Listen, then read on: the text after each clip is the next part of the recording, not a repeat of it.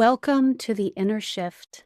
I'm Dr. Emily Bruce, and here we explore the patterns, conditioning, and experiences that shape how we relate to ourselves, others, and the world around us through the lens of behavior science, awareness, and transformation. And in today's video, I want to share that I recently uncovered a realization that completely shifted the way that I think about healing. For years, I found myself looking left at one defining story, believing that if I understood that story fully enough, I would finally understand myself. But what I eventually realized is this: sometimes healing asks us to look right too, to become curious about the quieter experiences, the repeated emotional learning, the moments that didn't feel dramatic, but quietly taught us who we believed we had to become. Because sometimes the story we've been staring at explains part of the pain, while other layers quietly sit to the right, waiting to be seen. Sometimes we spend years focused on one defining story: a loss, abandonment, betrayal, a difficult relationship, a defining painful event, believing that that moment explains everything. And sometimes it does explain part of the story, but healing is layered. And what I began to understand is that repeated emotional experiences often shape us just as much, and sometimes even more than just the defining events. The small moments, the repeated moments, the environments that quietly taught us what to believe about ourselves. Moments that taught us, I have to earn love. I have to work harder to matter. I have to prove my worth. I have to become useful to belong. No matter what I do, I still don't feel chosen. But here's what's important to say about all of these experiences. Sometimes we were deeply loved in certain relationships, but still shaped by painful emotional environments elsewhere. Sometimes care existed. Sometimes love existed. And at the same time, other experiences quietly taught us something different about our value, safety, belonging, or worth.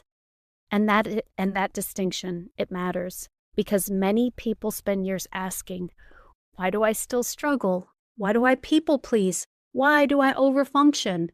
Why do I tolerate so little? Why do I keep chasing validation? While overlooking the quieter layers underneath.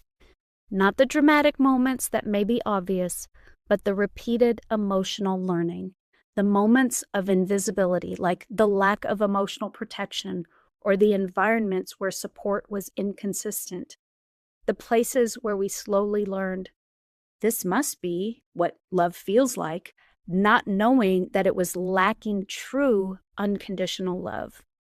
And when those experiences repeat enough times, they stop feeling like experiences and they begin feeling like our identity. But identity is not destiny, and we must understand that these are practiced patterns. And practice patterns can be practiced differently. And what's interesting is that this connects deeply to something that I teach through the Inner Shift. One of the things that I often talk about is observing patterns rather than immediately identifying with them. Because many of us are living out patterns that were shaped long before we had awareness. In behavior science, there's a concept called the 3 levels of selection. And without going into a deep lesson, I'm going to explain this very simply because I think it's incredibly important. The first level is phylogeny. These are the traits and tendencies that we inherit as human beings. The second level is ontogeny, our personal learning history, the experiences, the conditioning, the reinforcement, the pain, relationships, and emotional environments that shaped how we learn to survive and relate to the world. And the third level is culture, the systems, the family dynamics, the expectations, and social environments that influenced us. When I look at my own life, I can see how all 3 levels were interacting to shape the patterns that were operating under my awareness. Not because I was broken, not because something was wrong with me, but because I adapted intelligently to all the environments that I was in. And many of us quietly learn these same patterns, such as if I help enough, maybe I'll finally receive love. If I perform well enough, maybe I'll finally matter. If I become useful enough, maybe I will finally belong. And the nervous system keeps solving that problem long after the environment changes. So these patterns follow us quietly into adulthood, into relationships, careers, leadership, achievement, overgiving.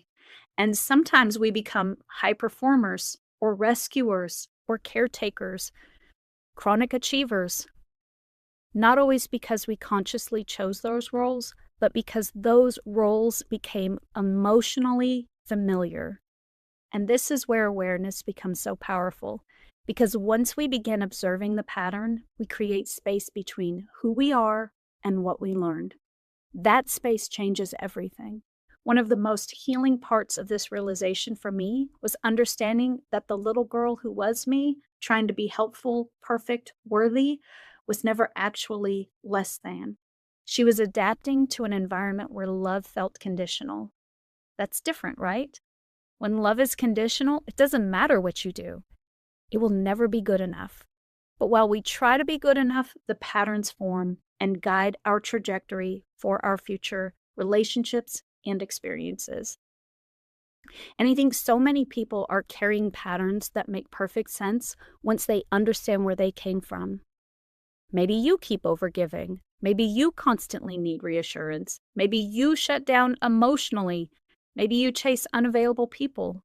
Maybe you feel like you're never enough no matter how much you accomplish. And just like I was focused on the main story to the left, when I look to the right, the patterns that were shaped by other stories that I experienced, they became so obvious. And maybe there's a story that you've been staring at for years trying to understand for yourself, while another layer has been quietly sitting to the right the entire time waiting to be uncovered. That doesn't mean the original story wasn't painful or important. It just means healing is layered. Sometimes the most obvious pain isn't the only thing that is shaping us. Sometimes the deeper conditioning is hidden in the smaller repeated moments from our lives. The comparisons, the emotional neglect, the lack of safety, the feeling of invisibility, the feeling that you had to become useful in order to belong. For me, this realization changed something deeply, because I no longer see myself as someone who was not enough, especially for people who don't matter anymore. I see a child who adapted. And that awareness creates compassion instead of shame or unworthiness. I am proud of the fact that I have the ability to adapt and overcome and problem solve. And maybe there's something important to recognize here. Adaptation is strength. The very experiences that challenged us may have also expanded our ability to survive, adjust, problem solve, begin again, or even persevere. I think this is one of the most important parts of healing. Learning to observe our patterns with curiosity instead of condemnation. Not what's wrong with me, but what happened that taught me to relate to myself this way. That question opens doors. And maybe that's part of your inner shift.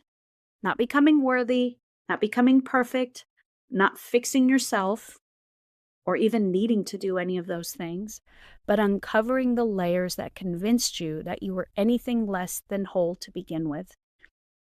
And what I've been realizing more and more is that healing is often less about becoming someone new and more about uncovering what has always been there underneath the conditioning, the pain, and the survival patterns that we developed along the way. So if you take anything from this video, maybe let it be this. If you've been staring left at one story, trying to understand your pain, pause for a moment and look to the right too. There may be another layer quietly waiting to reveal itself. And sometimes the layer underneath the story changes everything. And before you leave this video, I want to invite you into a short reflection. Nothing intense, nothing to fix, just a moment to observe. So if you're able to, take a slow breath in through your nose and then exhale through your mouth. One more time, and close your eyes if you feel comfortable. In through the nose and out through the mouth. And maybe allow yourself to think about one story that you have focused on when trying to understand yourself. Maybe it's a loss, a relationship, a painful experience, a moment that felt defining. Just notice the story that you've been looking at. And now imagine yourself gently turning your head, looking right. Not to deny the original pain, not to invalidate it, but simply to become curious about what else may have shaped you along the way. What smaller moments taught you something about yourself? What repeated experiences quietly shaped the way that you learned to relate to love, safety, worth, belonging, or connection? Without judgment, just observe. What meaning did you begin making from those experiences? Maybe I have to earn love? I'm not enough? I need to be perfect? I have to take care of everyone else? I don't matter as much? And if any of those patterns resonate with you, I want you to pause for just a moment and remember something important. Patterns are practiced, they are learned, they are adaptations, they are not your identity. You are not broken for developing survival strategies in environments that felt emotionally unsafe. Your nervous system learned how to protect you the best way that it knew how, and awareness creates space. Space between you and the pattern, space between who you are and what you learned.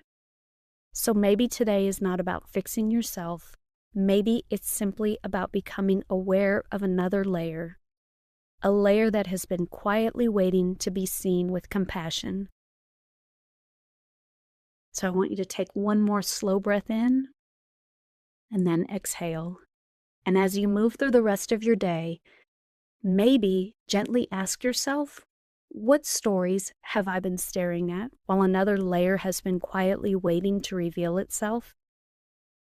And maybe the shift begins the moment we stop asking, what's wrong with me?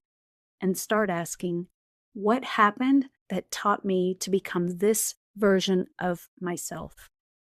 Because awareness creates space, and in that space, new patterns become possible.